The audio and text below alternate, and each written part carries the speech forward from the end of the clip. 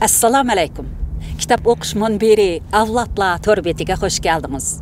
Mening ismim Nuriya Rahman. Men hozir Shvetsariyaning Vali rayonidagi Verkoren degan tog'liq kentda. Bugun 2021-yilning eng oxirgi bir kuni. Gugum tushgan vaqt.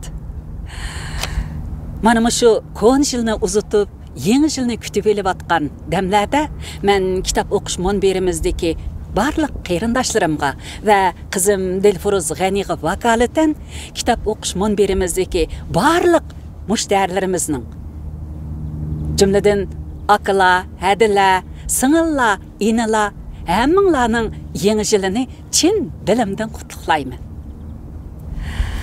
Shuning bilan birga o'tgan bir yilda kitap o'qish munbirimizda o'qilgan asarlarning sizlarga ozdir ko'pdir manfaat elib kelgan bo'lishini tilayman. Albatta, kitap o'qish munbirimizni qizg'in qo'llab kelayotgan qarindoshlarga cheksiz minnatdorligimni bildiraman.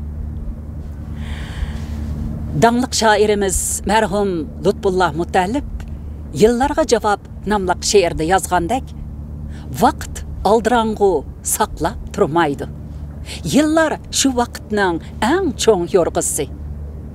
Aqqan suvlar, atqan tonglar qaytalanmaydi. Yo'rg'i yillar ömürning yaman o'g'risi. Kimmi vaqt chaqini kayniga yondira olgan, ha? Shunga vaqtni qadrlab, har bir kunimizni ahamiyatlik yaxshi o'tkazishga tirishishimiz lozim. Bir chaqlarda mundaq bir maqol o'qiganim esimda. Bir kuni yo'lbos bolasi bilan yo'lda ketib etib, bir lolbeshga uchrab qapti. Ham uningdan oylinib o'tib ketibdi. Buni ko'rgan yo'lbos bolasi to'liq hayron bo'pti va dadasidan so'rabdi. Dada, sen shirdinmi qo'rqmaysan? Qoplonnimi bo'ysundira olaysan? Ajiba, o'sha lolbeshdan qo'rqimsan? Buni anglagan yo'lbos kulib qo'yib o'g'liga mundaq javob beribdi. Hammaning sana raqib bo'lish salohiyati bo'lishini atayin. Ya'ni kelib bir lolmi itni yengish uncha sharafli ish emas. Ammo tutishib yorlansang, bu to'limi kelishmaslik. Bu maqolning hikmati shuki, hayot yo'limizda ana shundoq lolmi itlar uchrab turadi. Uchirg'anliki lolmi itga tosh etib mangsaq, ko'zlagan manzilimizga yetkicha ko'p zo'riqimiz.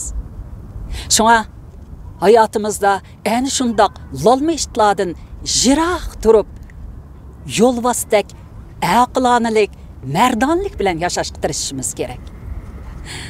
Endi huzuringizga dangliq shoirimiz marhum Muhammadjon Rashidinning Yashayli nomli she'rini sunaman. Yashayli Muhammadjon Rashidin. Bütün cismi köyüp öşken şamdek yaşaylı. Ömür boyu canның dosti nandek yaşaylı. Yaxşılarga pida edek yaşap şərəfdə. Zörür bolsa bedel bolğan candek yaşaylı. Yaşansaqmı ruhimizden yaşlıq ketmisin. Bahar yazdın hüsün alğan tağdek yaşaylı.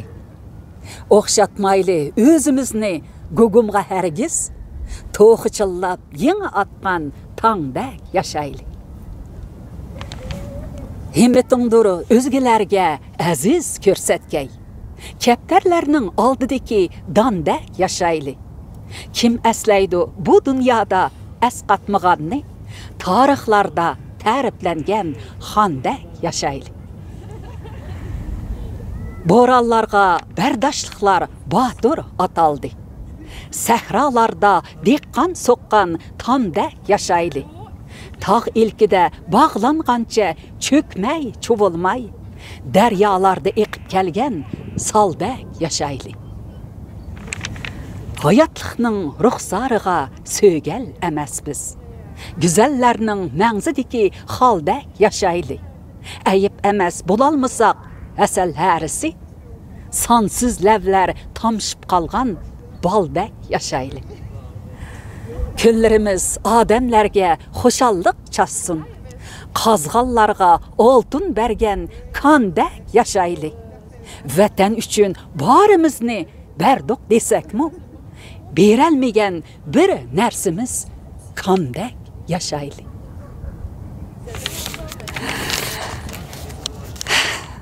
2022 yılning her birimiz uchun xayrli bir yil bo'lishini chin dilimdan tilayman.